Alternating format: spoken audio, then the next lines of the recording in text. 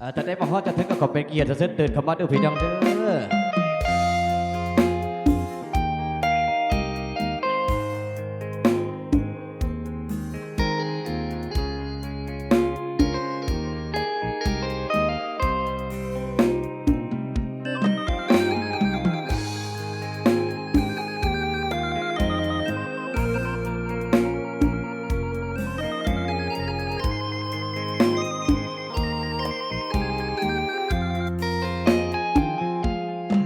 หน้าต่างกัน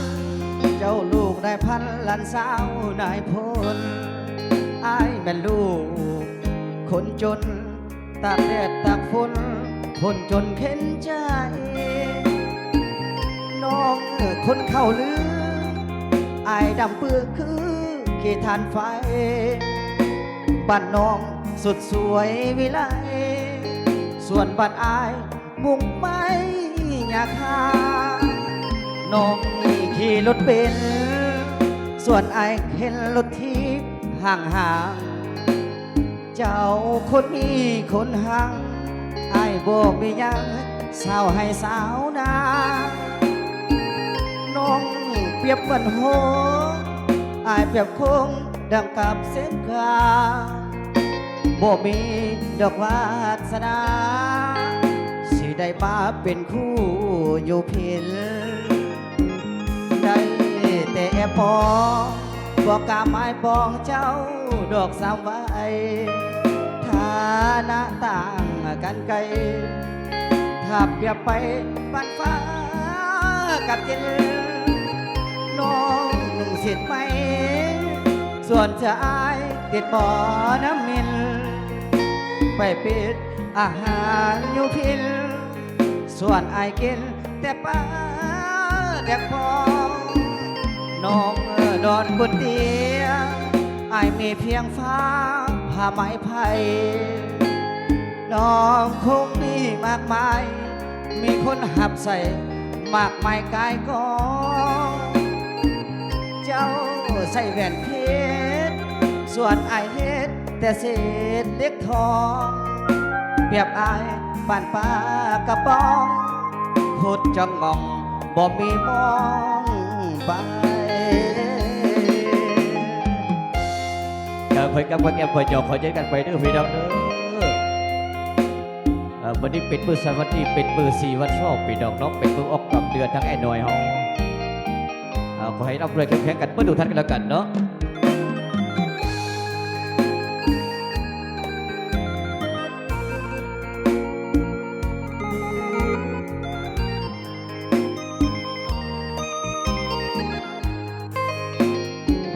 ได้แต่ปอ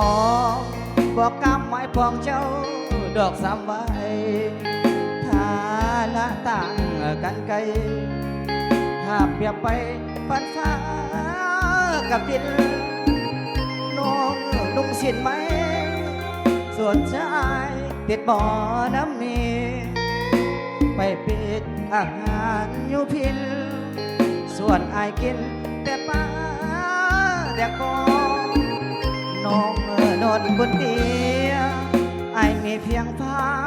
าไหมไผ่น้องคงรวยมากมายมีคนหับใส่มากมายกายกองเจ้าใส่แหวนเพชรส่วนไอเฮ็ดแต่เศษเล็กทองเปรียบอายบ้านป้ากระป๋องพุดจังงองบ่มีมองไป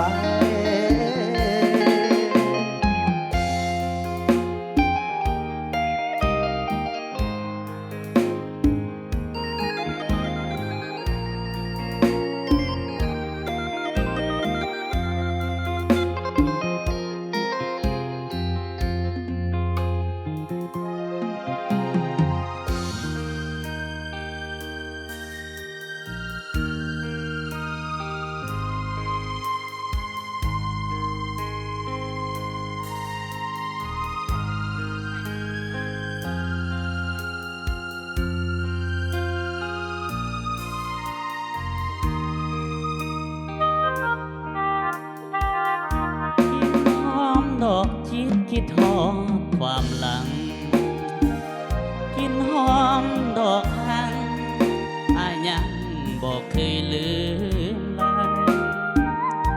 จากน้องมานานทุกวันเคยเปลี่ยนมองไม่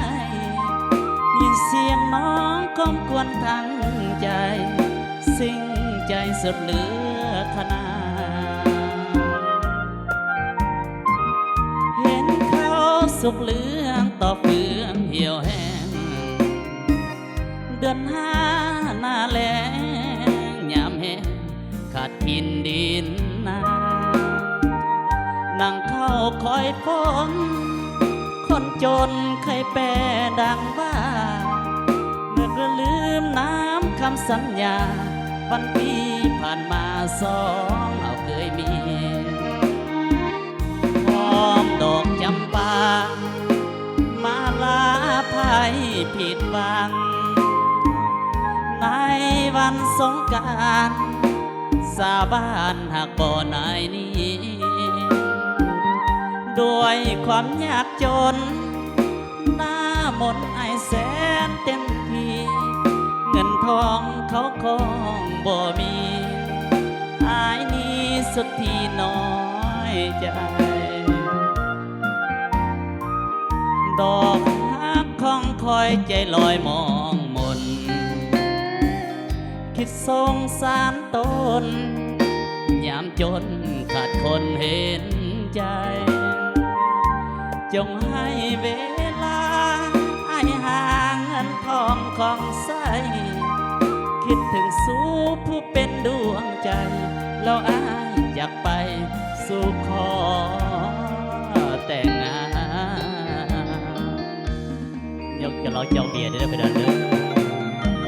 ให้เกียรติเสริมแสนทุกตัวทุกตังน้ำกันเด้อ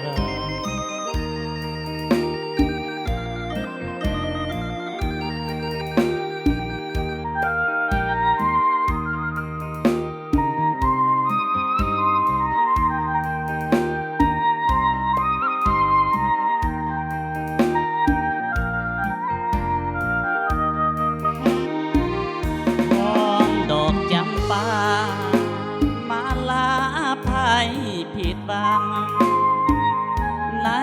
วันสงกรานต์สาบานหักบ่อนายนี้ด้วยความยากจนหน้ามนต์ไอแสนเต็มทีเงินทองเขาคงบ่มีอายนี้สุดที่น้อยใจ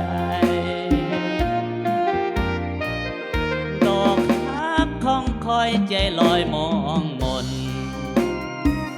คิดสงสารตนยามจนขาดคนเห็นใจจากให้เวลาให้หาเงินทองของใสคิดถึงสู่ผู้เป็นดวงใจแล้วอายจากไปสู่ขอ